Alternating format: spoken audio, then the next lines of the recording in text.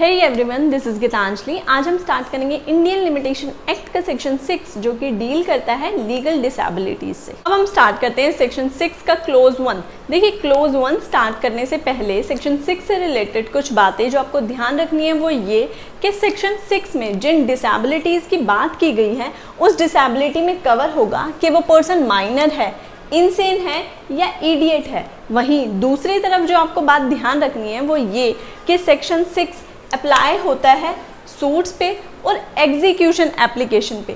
Section 6 ना तो appeal पर अप्लाई होता है ना ही किसी और तरह की एप्लीकेशंस पर अप्लाई होता है। अब ये जो इसके बेसिक कॉन्सेप्ट थे ये समझ आने के बाद सेक्शन 6 का जो फर्स्ट क्लोज है ये बात करता है कि एक पर्सन का किसी सूट्स या एग्जीक्यूशन को फाइल करने के लिए कोज ऑफ एक्शन अराइज हुआ। अब कोज ऑफ एक्शन अराइज हुआ तो उसके पास एक लिमिटेड प्रेस्क्राइब पीरियड है जिसके अंदर उसे ये सूट या एग्जीक्यूशन एप्लीकेशन लगानी होगी। अब ये जितना ये इसका प्रेस्क्राइब पीरियड है उस टाइम में या तो ये माइनर है या फिर ये इनसेन है या फिर ये इडियट है, जिस वजह से ये उस टाइम पीरियड में अपना सूट या एग्जीक्यूशन एप्लीकेशन फाइल नहीं कर पाया। तो उसके लिए कहते हैं कि जब भी ये डिसेबिलिटीज, कौन सी डिसेबिलिटीज, इस तरह की कोई भी डिसेबिलिटीज, किस तरह की डिसेबिलिटीज, इन तीनों में से कोई भी डिसेबिलिटी जब सीज होगी यानी कि जब ये डिसेबिलिटी खत्म होगी तो उस पर्सन को उतना ही टाइम पीरियड और मिलेगा अपना उस सूट और एग्जीक्यूशन एप्लीकेशन को फाइल करने के लिए। अब इसे हम समझते हैं डायग्राम से। देखिए, यहाँ ये क्लोज 1 में बात करते हैं कि एक कोई पर्सन था, उसका कोज ऑफ एक्शन अराइज हुआ किसी सूट को फाइल करने का। यहाँ पे जब उसका कोज ऑफ एक्शन अराइज हुआ तब वो माइनर था और उसका प्रेस्क्राइब पीरियड था 3 साल तक। अब ये इतना टाइम पीरियड में वो यहाँ आकर मेजर होता है, तो जिस दिन से वो मेजर हुआ उसके 3 साल की काउंटिंग इसके नेक्स्ट डे से स्टार्ट होगी। मतलब जिस दिन वो मेजर हुआ उसके नेक्स्ट डे से उसके 3 साल की काउंटिंग स्टार्ट होगी। और दूसरा एग्जांपल, मान लीजिए कोई माइनर है, उसका कोज ऑफ एक्शन अराइज हुआ किसी डिक्री को एग्जीक्यूट कराने का, यानी कि उसे एग्जीक्यूशन एप्लीकेशन कोर्ट में फाइल करनी होगी। अब डिक्री को एग्जीक्यूट कराने का जो लिमिटेशन पीरियड है वो होता है 12 ईयर्स। अब ये इसका कोज ऑफ एक्शन यहाँ स्टार्ट हुआ और ये पूरे 12 साल निकल गए और अभी भी वो मेजर नहीं हुआ। वो मेजर होता है यहाँ, यानी प्रेस्क्राइब पीरियड निकलने के बाद अगर वो मेजर होता है तो जिस दिन वो मेजर हुआ उसके अगले दिन से उसके 12 साल स्टार्ट होंगे उस एग्जीक्यूशन एप्लीकेशन को कोर्ट में फाइल करने के लिए।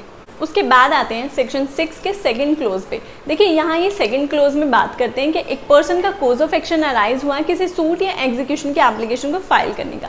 जब उसका ये कोज ऑफ एक्शन अराइज हुआ इस सूट या एग्जीक्यूशन एप्लीकेशन को फाइल करने के लिए, तब उसको इनमें से कोई एक डिसेबिलिटी थी। मान लीजिए वो माइनर था, पर जब वो मेजर हुआ तब उसे दूसरी डिसेबिलिटीज हो गई। तो यहाँ ये सेक्शन 6 के क्लोज 2 में कहते हैं कि जब भी 2 डिसेबिलिटीज अगर किसी पर्सन को हो जाती हैं, पहले एक डिसेबिलिटी हुई, वो सीज हुई तो दूसरी डिसेबिलिटी हो गई, तो जब ये दोनों डिसेबिलिटी सीज होंगी तभी से ये टाइम पीरियड रन करना स्टार्ट करेगा। अब इसे समझते हैं हम डायग्राम से। मान लीजिए किसी पर्सन का कोज ऑफ एक्शन अराइज हुआ किसी सूट को फाइल करने का। यहाँ पे जब ये कोज ऑफ एक्शन अराइज हुआ तब वो माइनर था, पर वो यहाँ आकर मेजर हो गया और उसका प्रेस्क्राइब पीरियड है यहाँ बाद में, यानी पहले ही वो मेजर तो हो गया बट साथ साथ अनसाउंड भी हो गया। मतलब वो इनसेन हो गया, उसको कोई ऐसी बीमारी हो गई तो हम इसको डील करते हैं कि ये, तो हम इसके लिए मानते हैं कि ये अनसाउंड हो गया। जब ये अनसाउंड हुआ, ये अनसाउंड चला, ये यहाँ आकर साउंड हुआ, तो जब ये पर्सन साउंड हुआ वहाँ से इसका प्रेस्क्राइब पीरियड स्टार्ट होगा। यानी कि अगर एक पर्सन को एक डिसेबिलिटी है और ये जो दूसरी डिसेबिलिटी आई वो with in prescribe period I हो, तो जब ये दोनों डिसेबिलिटी सीज होंगी तभी ये टाइम पीरियड जो है रन करना स्टार्ट करेगा। बट ध्यान रहे ये जो दूसरी डिसेबिलिटीज है प्रेस्क्राइब पीरियड से पहले आई है। उसके बाद हम डिस्कस करते हैं सेक्शन 6 का क्लोज 3। देखिए, यहाँ ये क्लोज 3 में कहते हैं कि एक पर्सन का कोज ऑफ एक्शन अराइज हुआ किसी सूट या एग्जीक्यूशन एप्लीकेशन को फाइल करने का, बट जब उसका ये कोज ऑफ एक्शन अराइज हुआ तब उसे इनमें से कोई एक डिसेबिलिटी थी जिसकी वजह से ये सूट या एग्जीक्यूशन एप्लीकेशन फाइल नहीं कर पाया।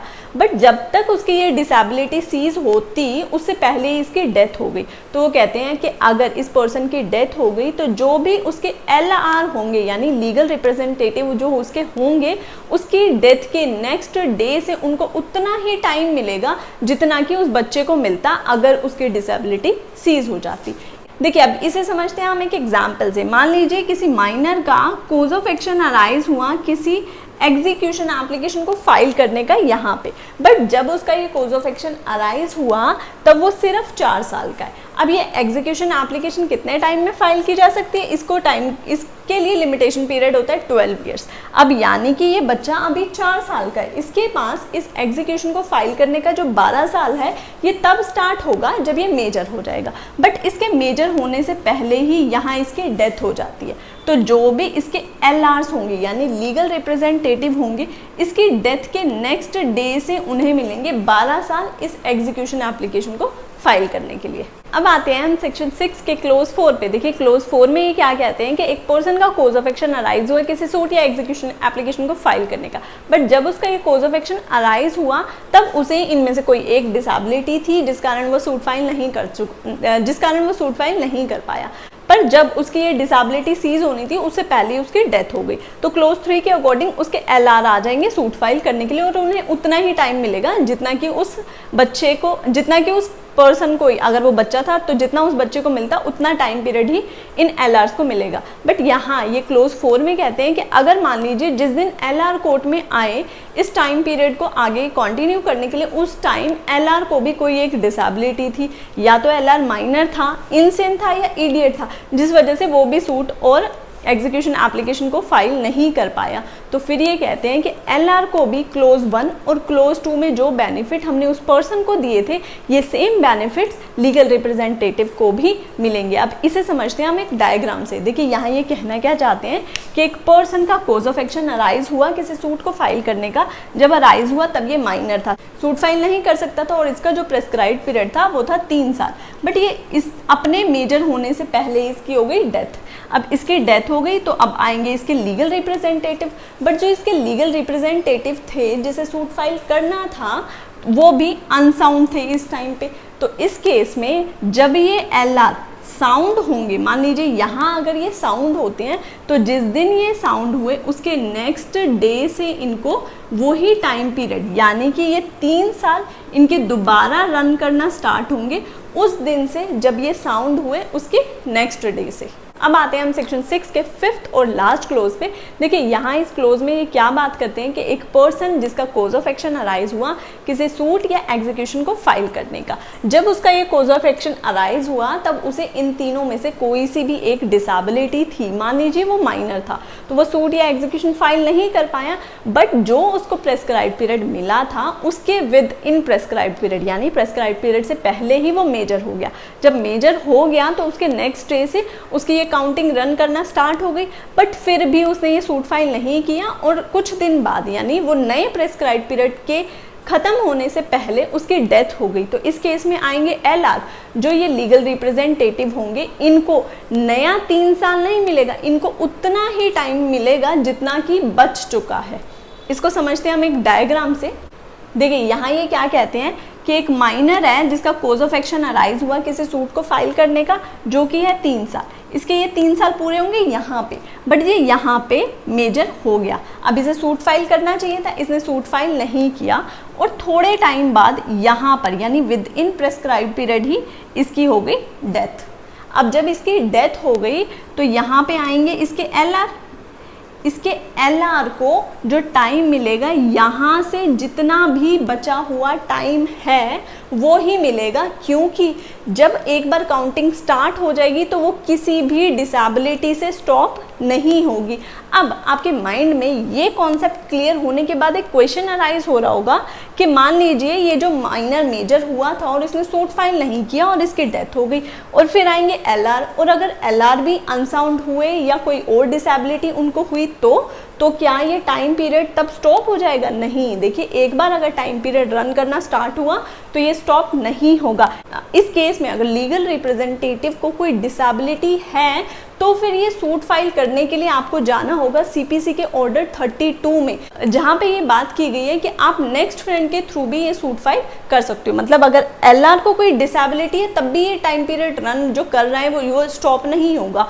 अब अगर ये टाइम निकाल दिया तो सूट फिर फाइल किया नहीं जा सकता। तो इस चीज़ को सेव करने के लिए आप ऑर्डर 32 में जाकर नेक्स्ट फ्रेंड अपॉइंट करवाएंगे जो कि इस सूट को आगे रन करेगा।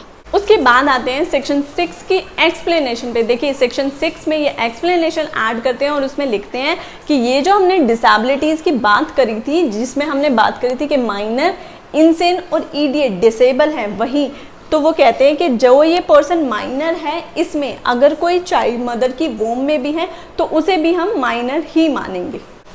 आई होप आपको सेक्शन 6 में जो कॉन्सेप्ट है वो क्लियर हो गया होगा, बट साथ ही ये ध्यान रहे सेक्शन 6 सूट और एग्जीक्यूशन पे ही अप्लाई होता है, अपील और किसी और एप्लीकेशन पे अप्लाई नहीं होता। वहीं सेक्शन 6 में जो डिसेबिलिटीज़ हैं वो ये 3 डिसेबिलिटीज़ हैं। आई होप आपको ये सेक्शन 6 बहुत अच्छे से क्लियर हो गया होगा। मिलते हैं नेक्स्ट वीडियो में।